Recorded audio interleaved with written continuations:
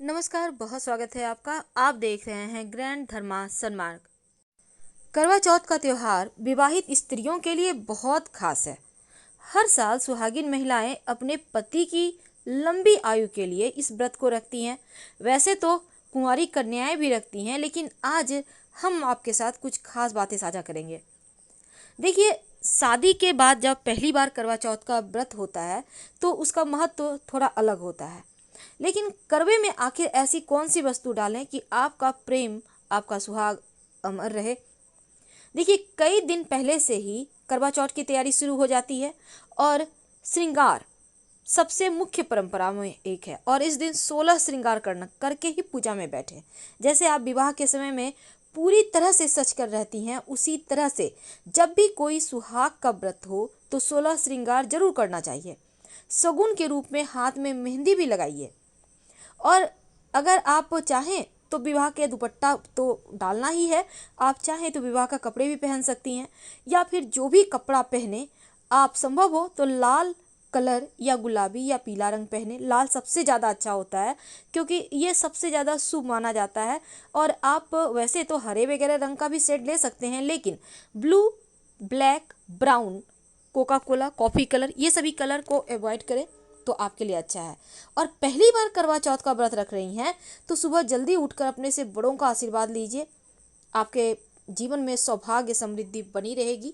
और पहली बार करवा चौथ करने वाली जो नवविवाहित हैं वो सास सरगी के रूप में व्रत को पहले बहू को मिठाई, कपड़े, श्रृंगार का सामान देती हैं और इसके बाद बहू पूरे दिन निर्जल व्रत रखती हैं। तो बहू को सरगीत भी दिया जाता है। जब आप कथा सुनिएगा तो बहुत ध्यान से सुनिएगा, ये नहीं कि कथा चल रही है आप बातें कर रहे हैं, ऐसा बिल्कुल भी ना करें। लेकिन हमारा टॉपिक है कि आप करवे में क्या डालें। देखिए, सबसे पहली बात, 2 मिट्टी के करवे लेने हैं। पीतल का लोटा लेकर जल भरे, अक्षत के साथ दोनों करवों और पीतल के लोटे में फूल या सिक्का डालें। करवा लोटे को ढक्कन से ढककर चावल भरे और फिर मिट्टी के करवों पर सुपारी, मिठाई, रबड़ी, सिंघारा रखें। दोनों करवों पर 4-4 सिक्के स्थापित कर दें और फिर जल से आचमन और फूल माला चढ़ाएं। चौथ माथा और करवों को हल्दी और रोली का तिलक करें। इसके बाद आप गणेश जी की विधिवत पूजा करें और चौथ माता को श्रृंगार का पूरा सामान अर्पित करें।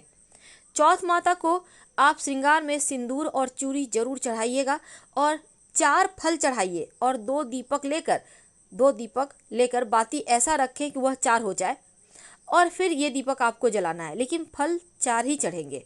धूप बत्ती, अगरबत्ती, दीपक सब कुछ जलाएं, माँ की आरती करें, फिर कथा पढ़ें और गणेश जी और चौथ माता की आरती करें।